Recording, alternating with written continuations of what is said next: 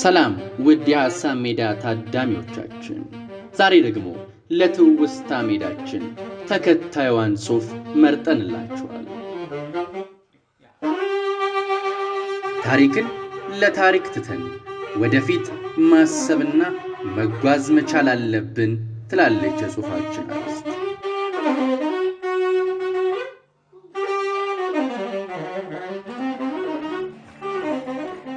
ቴዎድሮስ፣ ሚኒሊክና ዮሐንስ በታሪክ ፊት አከራካሪ መሪዎች። በ19ኛው ምዕተ ዓመት ፍጻሜ ላይ በኢትዮጵያ መንግሥት አመራር ላይ የነበሩት ሦስቱ ነገሥታት ቴዎድሮስ፣ ዮሐንስና ሚኒሊክ እስካሁን ከነበሩት የኢትዮጵያ ነገሥታት ሁሉ የበለጠ በዚህ ወቅት እየተጠቀሱ ናቸው። እስከ ቀዳማዊ ኃይለ ሥላሴ ድረስ ከንግሥተ ሳባ መቁጠር ትክክል ከሆነ 225 ነገሥታት እንደነበሩ የታሪክ ጸሐፊዎች ይነግሩናል። ይሁን እንጂ ቀዳማዊ ኃይለ ሥላሴ ቀዳማዊ ብቻ ሳይሆኑ ድህራይም ንጉሠ ነገሥት በራሳቸው ስም ሆነ በሌሎች ነገሥታት ስም ዘውድ ወንጀል መሆኑን የታሪክና የትውልድ እርግማንን ብቻቸውን የተሸከሙ ይመስላል። ረጋና ሰከን ባለ መንገድ ታሪክ የሚጻፍበት፣ ስሜታዊነትና ግልፍተኝነት በተለየው መልክ እውነት የሚጻፍበት ወቅት ሲመጣ ደግሞ ቀዳማዊ ኃይለ ሥላሴ ላይ የወረደው የወንጀል ሸክም በመጠኑ ሊቃለል ይችል ይሆናል። ዛር ኒኮላ ሳልሳዊ፣ ዛር ኒኮላ ድህራዊ፣ ዛር ኒዞላ ዘሰርድ ቢካም ዛር ኒዞላ ዘላስት እንዳልተባለ ሁሉ ዛሬ የሩሲያ ታሪክ ጸሐፊዎች ከእንቅልፋቸው እየባነኑ ወደውኑ ዓለም እየተመለሱ አዲስ ታሪክ በመጻፍ ላይ ይገኛሉ። አጤ ቴዎድሮስ፣ አጤ ዮሐንስና አጤ ሚኒሊክ በተደጋጋሚ ስማቸው የሚጠራውና ለብዙዎች ሰዎች አመለካከት አለመገጣጠም ምክንያት የሆነው በነበሩበት ወቅት የተነሳ ሊሆን ይችላል።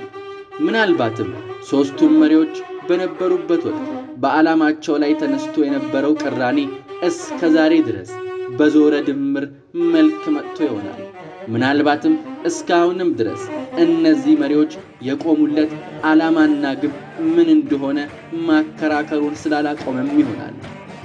አጤ ቴዎድሮስ ከሦስቱም መሪዎች ቀዳሚውና የኢትዮጵያ አንድነት ታሪክ ሲነሳ ዛሬ አብዛኛው ሰው በቀና አእምሮ የሚያስታውሳቸው ሆነዋል።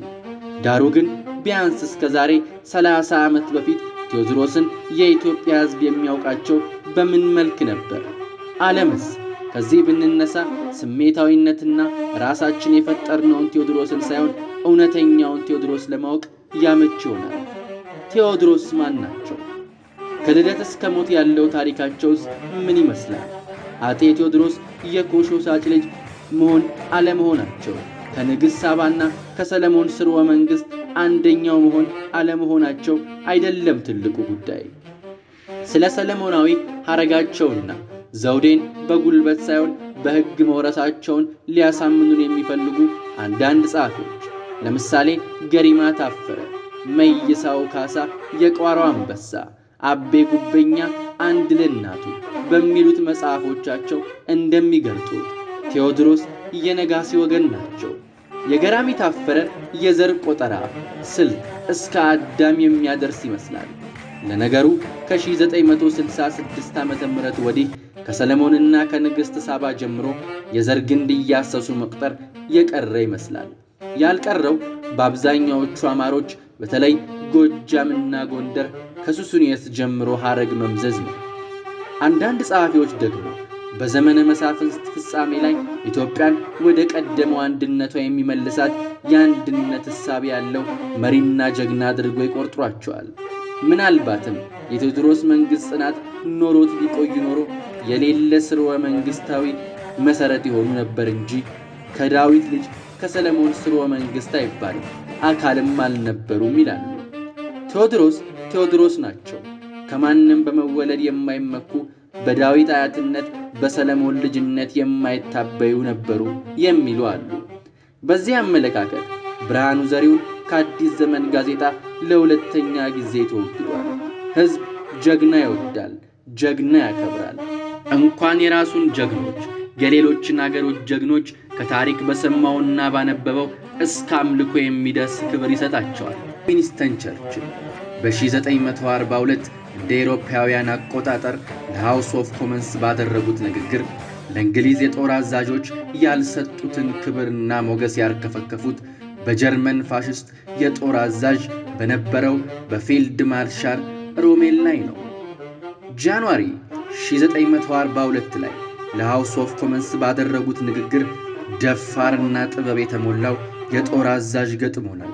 በዚህ የጦርነት ማዕበል ውስጥ አንድ ታላቅ ጀነራል መሆኑን አረጋግጣለሁ ብለዋል። ቸርችል ሚሞይርስ ኦፍ ዘ ሰከንድ ወርልድ ዋር ከሦስቱ መሪዎች መካከል ወደ አናሰናቸው ወደ አጤ ቴዎድሮስ እንመለስ። ከላይ እንደተመለከተው ይህም ጸሐፊ እንደሚተባበርበት እኒያ ንጉሠ ነገሥት ለአንድነት የተባበረች ኢትዮጵያ አንድ ታላቅ እሳቤ እንደነበራቸው አያጠራጥርም። ግን ለዚህ ሕልም ተፈጻሚነት የተጠቀሙበት ስልት ምንድን ነው? የዘመነ መንግሥታቸው ፍጻሜ እምባራጭቷል ወይስ ለኢትዮጵያ እፎይታን ሰጥቶ ነበር?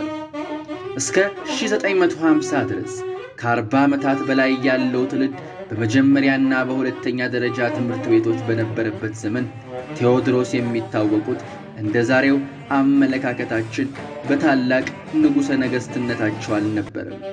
ከ1950 በፊት የነበረው ትውልድ አጤ ቴዎድሮስን የሚያያቸው እንደ ጭራቅ፣ እንደ ነፍሰ ገዳይና በጉልበት ወደ ሥልጣን የመጡ ሽፍታ አድርጎ ነው። ምክንያቱም ከዚያ በፊት ተጽፎ ያገኛቸው መጽሐፍት ሁሉ ይህን የሚያብራሩ ስለሆኑ ነው። ከትምህርት ቤት የታሪክ መጽሐፍት በተጨማሪም እንደ ጣይቱ ቡጡል፣ እንደ ሄንሪ ብላንክ፣ ራሳምና ፕላውንድ ለመንግሥታቸው ያቀረቧቸው መረጃዎችና መጽሐፍ አጤ ቴዎድሮስን የቀጥር ጋኔን አስደንጋጭ ቅዠት የሚያስመስሉ ናቸው። አለን ሙርሄድ ዘብሉ ናይል በሚለው መጽሐፍ በአበሻ አገር ውስጥ ተፈቶ የተለቀቀ እብድ ውሻ ይላቸዋል።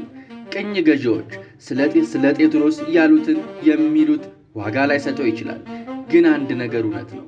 ይኸውም ስለ ኢትዮጵያ አንድነትና እድገት ባላቸው ጉጉት ከመንገዳቸው የቆመውን ሁሉ ያለ ርኅራኄ ያስወግደውታል።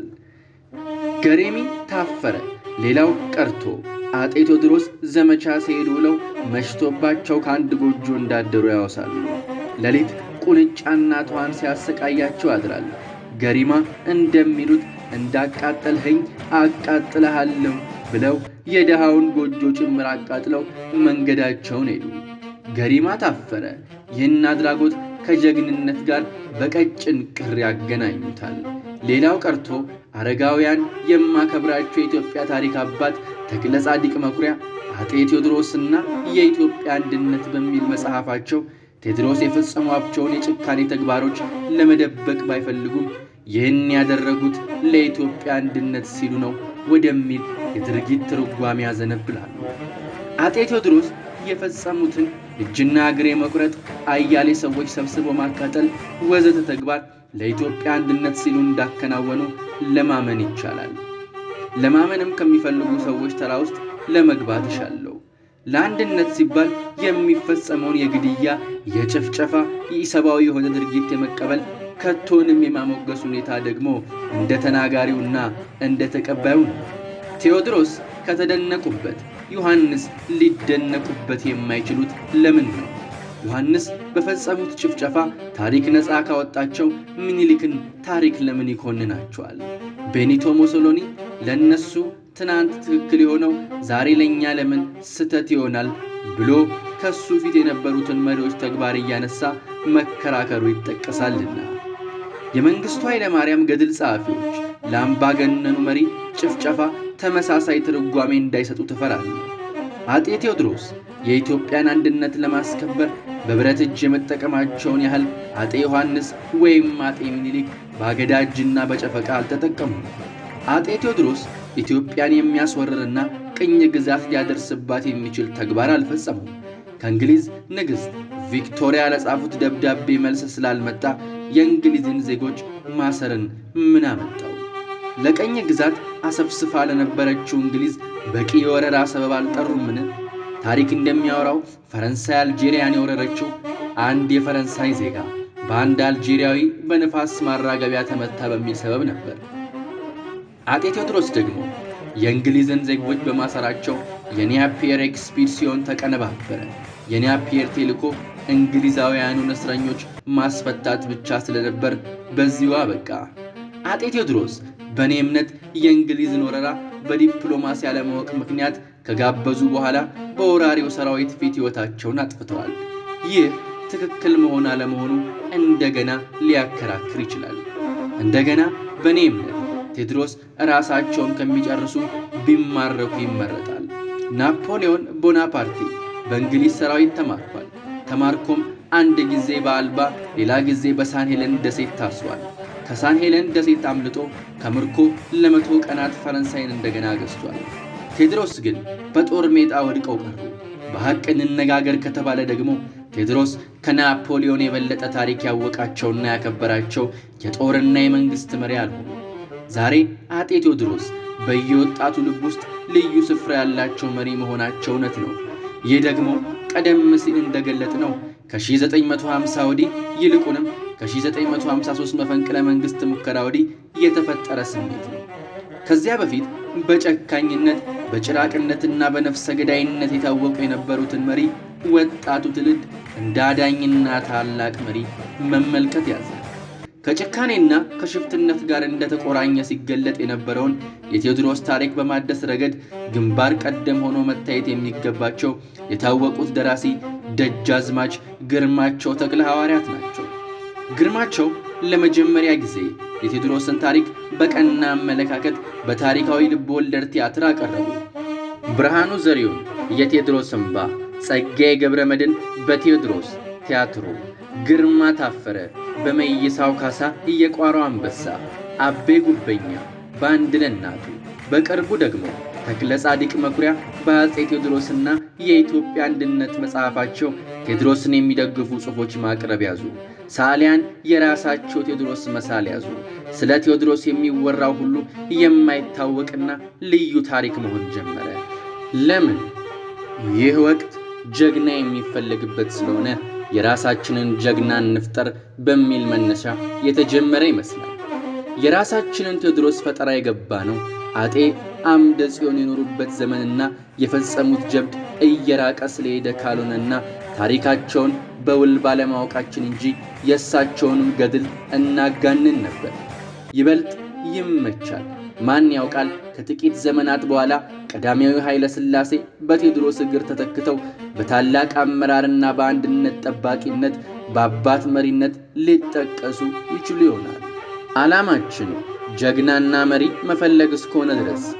በነገራችን ላይ ከላይ የተጠቀሱት ደራሲያን ከገሪማ ታፈረና ከተክለ ጻድቅ መኩሪያ በቀር ያቀረቧቸው ጽሑፎች ታሪካዊ ልቦለድ ጽሑፎችና ቲያትሮች ነበሩ። ልቦለዶችም እንደ ታሪክ ይታመንባቸው ገባ። አጤ ዮሐንስ እንደ ቴዎድሮስ ሁሉ የሚሟገት ታሪክ ውስጥ ያለፉ መሪ ነበሩ። አጤ ዮሐንስ ሞኝ ናቸው፣ እኛም ሁላችን ናቅናቸው፣ ንጉሥ ሲላቸው በመሃሉ ወሰን ጠባቂ ልሁናሉ እየተባለ የተዘፈነላቸው መሪ ነበሩ። በእርግጥም በኢትዮጵያ ወሰን ላይ ሕይወታቸውን ስለሰው በአድናቆት ሲታወሱ የቆዩ መሪ ናቸው። ከ1870 እስከ 1889 በኢትዮጵያ ውስጥ የተደረጉትን ታላላቅ ጦርነቶች ተዳሊ፣ ኩፊት፣ ጉራ፣ ጉንደትና ጉዲጉድ ጦርነቶች ኢትዮጵያ በድል የተወጣችው በሳቸው ዘመነ መንግስት ነበር። ግብጾች አንዴ ጉራን፣ ጉንደት፣ ሌላ ጊዜ በጀግኖች አፋሮች እጅ የተደቆሱት በዮሐንስ ዘመን ነው። ጣሊያንን የአሉላን እጅ የቀመሰበትን ውርደት ዛሬም በሮማ ፒያሳ ቺንኮቼንቶ የ500ዎች አደባባይ በሚል ያስታውሰዋል። ዮሐንስ በእኔ እምነት የድል ዕድለኛ የነበሩ መሪ ናቸው። የጦርነት ውጤት እንደ ድል እንደ ግንባር ነው ይባላል። አጤ ዮሐንስ ከቴዎድሮስ የተሻለ ሰብአዊነት የነበራቸው መሪ ናቸው።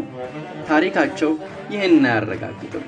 አጤ ዮሐንስ ከቀኝ ገዢዎች ጋር ግንኙነት አልነበራቸውንም። ገድላቸው በዚህ በኩልም ነፃ ያወጣቸው። አጤ ቴዎድሮስ የእንግሊዝ ወራሪ የናፒየር ኤክስፒዲሽን የጋበዙትን ያህል አጤ ዮሐንስ የመሃዲስቶችን ጦርነት የእሳቸውንም ሕይወት እንደ አጤ ቴዎድሮስ ያለፈበትን ጦርነት አልጋበዙም። አያጠራጥርም። ከ1870 እስከ 1875 ዓመተ ምህረት በነበሩት ዓመታት አጤ ዮሐንስ በትግራይ፣ በወሎ፣ በዋጅራቱ፣ በራያና ባዘቦ ያለውን እስላም በሙሉ በግድ ክርስቲያን እንዲሆን አወጁ። ሰማይ አምድ ያለው እስላም መሬት የለው የሚለው የዮሐንስ አዋጅ ምን ጊዜም የሚረሳ አልነበረም። ወደ ክርስቲያንነት ለመለወጥ ያልፈለገው ከተገኘ በግፍ ተገድሏል። ሌላው ደግሞ ወደ ሱዳን የተሰደደ ከመሐዲስቶች ጋር ተቀላቅሏል። እንደሚባለው መሐዲስቶች በአጤ ዮሐንስ ላይ ትልቅ ዘመቻ እንዲከፍቱ ግፊት ከፈጠሩት መካከል እኒህ ስደተኞች ነበሩ። ይሁንና ተክለ ጻዲቅ መኩሪያ ቀደም ሲል በጠቀስነው መጽሐፋቸው ላይ እንደገለጹት ዱርቡሾች ወይንም ሱዳኖች አቅማቸውን በመገመትና በአንድ ጊዜም ከእንግሊዞች ከግብጾችና ከኢትዮጵያም ጋር መጣላቱን ስለሰጉበት ለጊዜው የኢትዮጵያን ጦርነት ታግሰው ቆይተው ነበር። አሁን ግን አጤ ዮሐንስ ጦራቸውን ልከው ከሱዳኖች ጋር ተዋግተው ግብጾችን ስለረዱ በቂም ላይ ቂም አደረባቸው። ከዚህ ታሪክ ማስረጃ የምንገነዘበው ዮሐንስ በዜጎቻቸው የጎንደር የወሎና የጎጃም ሕዝብ ላይ ከፍተኛ ወረራና ጭፍጨፋ ከማድረሳቸውም በላይ ጸረ ኮሎኒያሊስት ታጋዮች በነበሩት መሐዲስቶች ላይ የወረራ ጦርነት ከፍተዋል። በሸርነር ሙኒሲንገር ፓሻ ደላላነት ከእንግሊዞች ጋር የተከፈቱትን የግንኙነት በር በተሻለ ማስፋፋትና ይልቁንም በወቅቱ የሱዳን ገዢዎች ከነበሩት ከግብፅና ከእንግሊዞች ጋር ሽር ጉድ በማለት ከነዚያ ኃይሎች የተቀጠላ ጦርነት አካሂደዋል። የመተማ አወዳደቃቸው ያላማረው በዚህ ምክንያት ነው። ተክለ ጻዲቅ መኩሪያ ይህ ውለታ ለግብጾች ደህንነትን ይኸውም ከድርቡሾች ጋር የሞት አደጋ መዳንን ሲሰጣቸው፣ በዚያው አንጻር ለጎንደር ወረራና ዘረፋ፣ ለጎጃሙ ለንጉሱ ተክለ ሃይማኖት መሸነፍና ለብዙ ቤተሰብ ጥፋት ለራሳቸው ለንጉሱ ነገሥት በመተማ ላይ ለማለፍ ምክንያት ሆነ ይላሉ። የአስመራ የከረንና የመላው ኤርትራ መያዝ ምክንያትም ይህ አቋም ሆነ። በዚህ ወቅት የኢትዮጵያ ጀግንነት ፈርጥና እንቁ የነበሩትን አሉላ አባ ነጋን ከጦር መሪነት ሚናቸው አንስተው ስለነበር ሁኔታው ለጠላት ምቹ ሆነለት። ጠላት ሰተት ብሎ ኤርትራን በሙሉ ተቆጣጠረ። ቀደም ሲልም አጤ ዮሐንስ ያስጠጉት በፈረንሳይ መንግስት ወኪልነት በምጽዋ የነበረው ሸርነር ሙኒሲንገር ፓሻ እንግሊዞችን ከዮሐንስ ጋር በማቀራረብ ለጄኔራል ናፒየር መረጃና ስንቅ ሲያቀብል ነበር። የቴዎድሮስን መሸነፍና ሞት ወዲህም በኢትዮጵያ ላይ በወቅቱ ያንዣበበውን የቀኝ ግዛነት ስጋት መፍጠሩ ረገድ ዮሐንስ በታሪክ ውስጥ ስማቸው ይጠቀሳል። ከእንግሊዞች ጋር ጀምረውት የነበረው ወዳጅነት ጥንካሬ ኢትዮጵያን ለማስወረርና ለቴዎድሮስ ሕይወት ማለፍ አስተዋጽኦ አበረከተ። የዮሐንስን ጭካኔ በሚመለከት ዶክተር አርያ ነጋሽና ዶክተር አፍራሳ ዘአማኑኤል ኢትዮጵያን ሪሺው በተባለው በአሜሪካ በሚታተመው መጽሔት ላይ የጠቀሱት አጼ ዮሐንስ ለቴዎድሮስ አጭር መቀጨት፣ ለአያሌው የወሎ የጎንደርና የጎጃም ሕዝብ መጨፍጨፍ፣ ለሀገሪቱ ሀብትና ክብር መደፈር አስተዋጽኦ አበርክተዋል የሚል ቃል ይነበባል። ይህም አጤ ምኒልክ በሚል ርዕስ ፕሮፌሰር አፈወርቅ ገብረ ኢየሱስ ከጻፉት ታሪክ ጋር የሚመሳሰል ነው።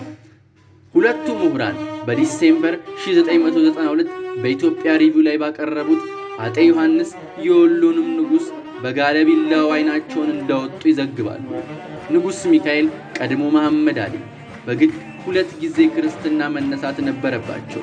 በዚህ ምክንያት የጎጃም ሰዎች የአጼ ዮሐንስ መምጣት ከሩቅ አስደንግጧቸው በላይኛው ጌታ በባልንጀራው በቅዱስ ሚካኤል በጋሻ ጃግሬው በዕለተ ሙሴ በነጫ በዞ ጎጃምን ይማሮት ፈሪማንሎ ብለው እንደገጠሙ ሁለቱ ዶክተሮች በዲሴምበር 1992 የመጽሔቱ እትም ላይ ገልጠውታል። አጤ ምኒልክ በአጤ ቴዎድሮስ ቤተ መንግሥት ያደጉ በአጤ ዮሐንስ ንጉሥ ተብሎ የተሰየሙና የሁለቱንም ነገሥታት የአንድ አገር መፍጠር ፍላጎት ለማሟላት በቆራጥነት የታገሉ መሪ ነበሩ። አፍሪካ አንድ ባንድ በቀኝ ገዢዎች ጫማ ስር በወደቀበት በ19ኛው ምዕተ ዓመት ፍጻሜ ላይ የኢትዮጵያን አመራር የተረከቡ መሪ ነበሩ። በዮሐንስ መተማ ላይ መውደቅ ከእንግሊዞች ጋር የድብብቆስ ጨዋታ መጫወች ምክንያትና የጦር መሪያቸው የነበሩትን ራስ አሉላን ከግዛታቸው ከሐማሴን ጭምር በማንሳታቸው መላው መረብ ምላሽ በኢጣሊያኖች ቁጥጥር ስር መዋሉ ለመላው ኢትዮጵያ መረማመጃ ሆኖ ነበር። 6 ዓመት ሙሉ መላውን ኢትዮጵያን በቁጥጥር ስር ለመዋል ሲዘጋጅ የነበረውን የኢጣሊያ ሰራዊት አድዋ ላይ ልብ ራሱን የመቱት መሪ ናቸው። ይህ ድል ዳግም አንድ ትንሽ ሀገር የአንድን ኃይል የአውሮፓ ቅኝ ግዛት ኃይል ሲያንኮታኩት በአይነቱ የመጀመሪያው ነበር። ስለዚህ ድሉ ነፃነታቸውንና ክብራቸውን ለመጠበቅ የሚታገሉ ህዝቦች ሁሉ አራያ ሆኗል። እስከ ዛሬ ምናልባትም እስከ ማዕዘኑ የአድዋ ሰራዊት ድል መላውን የዓለም ያስደነቀ የወራሪዎችን ምኞት ያመከነ ሆኖ ሊታይ ይገባዋል።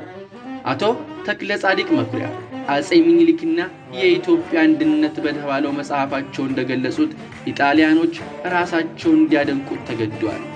ሚኒሊክ ሕያው ይሁን እያሉ በ600 እና በ700 ቡድኖች የተከፋፈሉ የኢጣሊያ ወጣቶች በሮማ ውስጥ ተሰልፈው ከተማውን አደበላልቀውት ነበር። በዚያም ወጣቶቹ በጩኸት ትዕይንት በሚያደርጉበት ጊዜ አዲስካልኬ የሚባለው መስፍን በትሪቶኒ አውራ ጎዳና በጋሪ ተቀምጦ ሲያልፍ አግኝተው በፊቱ ላይ ጭቃ እየረጩ ከበቡት። ወዲያውም ሚኒሊክ ሕያው ይሁን በል እያሉ አስፈራሩት።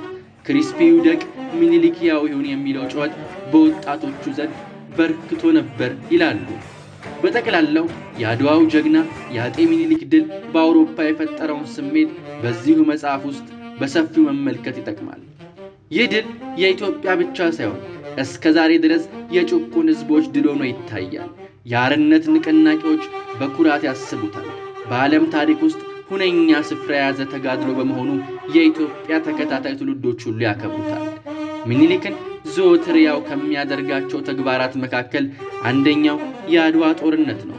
ንጉሠ ነገሥቱ በዘመነ መንግስታቸው ሀገሪቱን ወደ ስልጣኔ ለመግፋት ያደረጉት ሙከራ ከፍተኛ ታሪካዊ ግምት የሚሰጠው ነው።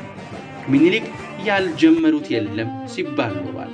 ትምህርት ቤቶች፣ የመገናኛ አውታሮች፣ የዲፕሎማሲ እንቅስቃሴ የሀገሪቱን አንድነትና ሰላም የመጠበቅ ቆራጥና ተግባራዊ አቋም ሚኒሊክን ግዙፍ መሪ ያደርጋቸዋል።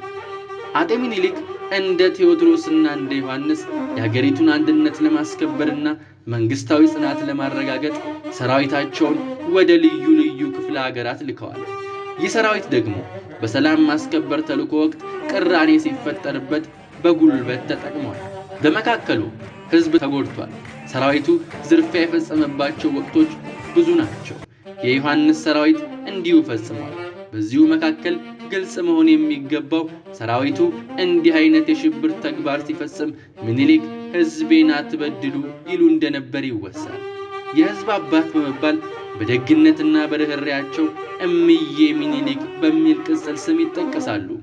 ጸሐፌ ትእዛዝ ገብረ ሥላሴ አጤ ሚኒሊክ በሚል መጽሐፋቸው እንደገለጡት ሌላው ቀርቶ በአድዋ ጦርነት ላይ የኢትዮጵያ ሰራዊት መሸነፍ ሲጀምር እቴጌ ጣይቱ ከመንገድ ላይ ያስቆሙት የሚኒሊክ ጮማ የሚኒሊክ ጠጅ ነው እያሉ ይመልሱት ነበር። ንጉሠ ነገሥቱ የህዝብ ፍቅርና አክብሮት እንደነበራቸው ማረጋገጫም ይመስለኛል።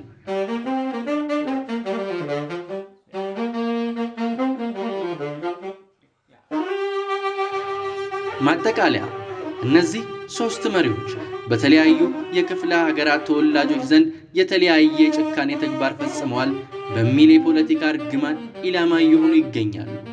ከሁሉም ይልቅ አጤ ሚኒሊክ ትልቅ ቋጥኝ እየተወረወረባቸው ነው። በአንዳንድ አካባቢ ሚኒሊክ ኤርትራን ለኢጣሊያ ሸጡ የሚል አነጋገር አለ። ሚኒሊክ በመሰረቱ ኤርትራ ስትያዝ የሸዋ ንጉሥ ብቻ ነው የነበሩት። እንደገና ደግሞ ከአድዋ ጦርነት በኋላ ለምን ወደ ኤርትራ አልገሰገሱም የሚል ትችት ይቀርብባቸዋል። ይህም ሂስ የወቅቱን የፖለቲካ ሁኔታና የኃይል ሚዛን ያላገናዘበ ትችት ነው። ሰራዊታቸው ከአዲስ አበባ፣ ከሐረርጌ፣ ከወሎ፣ ከጎጃም ወደ አድዋ የተጓዘው በአብዛኛው በእግር ነበር። በጦርነቱ ብዙ ህዝብ በኢትዮጵያ አልቋል። ወደ አስመራ መጓዝ ቀላል አልነበረም። አብዛኛው ገበሬ ወደ እርሻው ለመመለስ ያጉተመትም ነበር። በኤርትራ ያለው ያልተንቀሳቀሰ የኢጣሊያ ጦር ቁጥሩ ብዙ ነበር። ወዲህም ሚኒሊክ ወደ ኤርትራ ጉዞ እንዳይቀጥሉ እንግሊዝና ፈረንሳይ ከባድ ማስጠንቀቂያ ሰጥተዋቸው ነበር። የኔ ትችት ግን የመቅደላን ጦርነት በተመለከተ ነው። ቴዎድሮስ ሚኒሊክን እንደ ልጃቸው ያሳድጓቸው ነበር። በዚህ የተነሳ የአጤ ሚኒሊክ መሐላ ቴዎድሮስ ይሙት የሚል እንደነበር ይገለጣል። ይሁንና እንግሊዞች ወደ መቅደላ ሲቃረቡ ከቶንም የኢትዮጵያን ድንበር ጥሰው ሲገቡ ለቴዎድሮስ እርዳታ አላደረሱም። ምናልባትም የቴዎድሮስን ሕልፈት ይመኙ ስለነበር ይመስላል። የጎጃም፣ የጎንደር፣ የወሎ ሕዝብ በዮሐንስ፣ የአርሲ፣ የወለጋና የሐረርጌ ሕዝብ በሚኒሊክ፣ የወሎ ሕዝብ እንደገና በዮሐንስ በደል ደርሶብኛል በሚል የታሪክን ሬሳ ቀስቅሶ አዲስ ተግባር ካደረገ ሁኔታው ማለቂያ ያጣል። አንድ መታወቅ ያለበት ሀቅ ማንኛውም የኢትዮጵያ ንጉሠ ነገሥት የገዛውን ሕዝብ ያስገበረው ጡንቻ በማሳየት መሆኑን ነው። አምደ ጽዮን ኦጋዴን ድረስ ሰራዊቱን እየላከ እየገደለ እየማረከ አስገብሯል። ስለዚህ አምደ ጽዮንን እያነሳን ሕዝብ ጨፍጭፏል፣ ወሯል ማለት ይገባ ይሆን? ሱልጣን አህመድ ግራኝ 15 ዓመት ሙሉ ከሐረርጌ እስከ ጎንደር ድረስ ባለው አካባቢ ሁሉ ሽብር ነስቷል። የሶማሊያ ነጋዴዎች በዚህ የተነሳ እንደ ጠላት ሊቆጠሩ ነው። አሜሪካኖች ከሚያከብሯቸው መሪዎቻቸው መካከል አብርሃም ሊንከን አንደኛው ናቸው። ከቶውንም እስከ መመለክ የደረሱ ናቸው። ይሁንና የደቡብ ስቴትስ ከሰሜኑ ለመገንጠል ጦርነት በከፈቱበት ወቅት አብርሃም ሊንከን የአንድነት ጠበቃና መሪ በመሆን ከፍተኛ ጦርነት መርተዋል። በዚህ ሂደት ስፍር ቁጥር የሌለው ሕዝብ አልቋል። የአብርሃም ሊንከን ግን በጸረ ሕዝብነት የሚያነሳቸው፣ በጨፍጫፊነት የሚከሳቸው ሕዝብም ታሪክም የለም። አጤ ሚኒሊክ ምክር የሚወዱ መሪ ናቸው ይባላል። ስለዚህ ከኦሮሞዎች መካከል ባልቻን፣ ሀብተ ጊዮርጊስ ጎበናን፣ ዘመዳቸው የሆኑትን ራስ መኮንን ወልደ ሚካኤል ጉዲሳን፣ ከትግሬ እነ ራስ መንገሻን፣ ከአማራ እነ ራስ መንገሻ አቲከምን፣ ራስ ዳርጌን በማማከር የሰሩ ናቸው ይባላል። እርግጥ የተበታተነና በመሳፍንት ዘመን የነበረው አይነት አመራር ለሀገሪቱ አንድነት ጠንቅ በመሆኑ ማዕከላዊነትን አጠናክረዋል። በዚህ ሂደት ነው በሕዝብና በአኗኗሩ ላይ አደጋ የደረሰው። ዛሬ በአንዳንድ ወገኖች አቀነባባሪነት በምኒልክ ላይ የገነፈለ ስሜት ይታያል። ሕዝብ የፈለገውን አቋም መውሰድ መብቱ ነው። ግለሰቦች ግን በታሪክ ፊት ጥቁር መጋረጃ ጋርደው ሕዝብ ማሳሳት የሚገባቸው አይመስለኝም። ከተሳሳተ የታሪክ የበቀል ስሜት መነሳት ለሀገሪቱና ለሕዝቦቿ ደህንነት ጠንቅ ይሆናል። የዛሬው ትግላችንም ከታሪክ ጋር ግብ ግብ መግጠም መሆን የለበትም። ብልህ አቀራረብ የሚሆነው ዛሬና ነገ ታሪክ መስራት፣ በደም የተዋጀ አንድነታችንን ማስከበር ነው። ለአንድነት ዓላማ አሜሪካኖች የከፈሉትን ዋጋ ገልጠናል። ለአንድነት እኛም የከፈልነው የሕይወት፣ የደም፣ የአጥንት ዋጋ እጅግ ከፍተኛ ነው። በአንድነት እንቆማለን፣ በመከፋፈል እንወድቃለን።